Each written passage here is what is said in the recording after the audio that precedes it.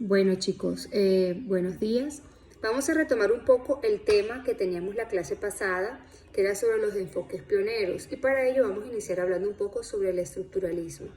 La psicología estructuralista surge gracias a un autor que se llama Edward Titchener. Él fue una persona que se apasionó por las obras de Wundt, sus principios, se llamaba Principios de la Psicología Fisiológica. Él al leerlo se apasionó por el trabajo de Wundt y se interesó por la psicología de la época. Debido a eso, él empezó a traducir esas obras y lo hacía de una forma mucho más literal y perdiendo un poco el sentido, pero se basaba literal a lo que él estaba estableciendo, a lo que Wundt establecía en cuanto a sus procedimientos. Era un poco más experimental que el mismo Wundt. Buscando esa formación e interesado por la psicología que promovía Wundt, esa psicología fisiológica, él viaja hasta Leipzig a prepararse.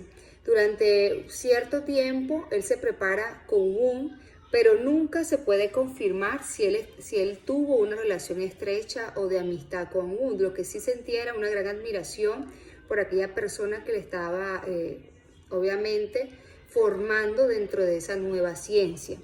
Cuando retorna a los Estados Unidos, a él se le atribuye como el representante de la psicología de Wundt en los Estados Unidos. Él mismo se autodenomina de esa manera y él establece o forma lo que es la psicología estructuralista, que no es más sino una escuela pionera basada en el estudio experimental de la estructura de la mente, de todos esos elementos que se encuentran en la conciencia y cómo estos se combinan. Entonces, cuando hablamos de la psicología estructuralista, hablamos de una escuela que se centra en el estudio, menciono nuevamente para poder reforzar o reafirmar este conocimiento, nos basamos y tenemos que tener claro que se basa y se centra esta escuela en el estudio experimental de la estructura de la mente, de los elementos que hacen parte de la mente y la combinación de estos.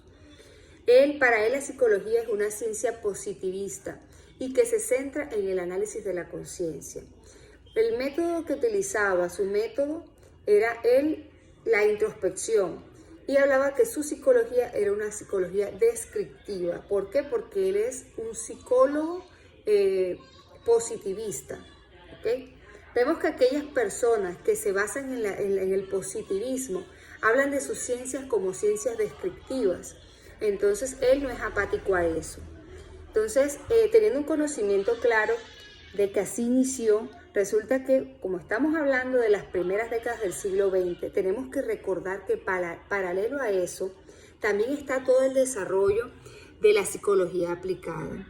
Recuerden que la psicología aplicada habla de la psicología en los diferentes campos de acción, y el estructuralismo es una ciencia, habla de la psicología como una ciencia experimental que requiere un entorno controlado, requiere de un laboratorio. Entonces, debido a eso, muchas personas, muchos psicólogos de ese momento no se sentían muy satisfechos con la escuela, no era suficiente para poder medir su fenómeno, para poder medir la conducta, para poder medir la conciencia, ¿verdad?, del ser humano en los diferentes campos de acción. Entonces, este enfoque queda relegado y surge el funcionalismo.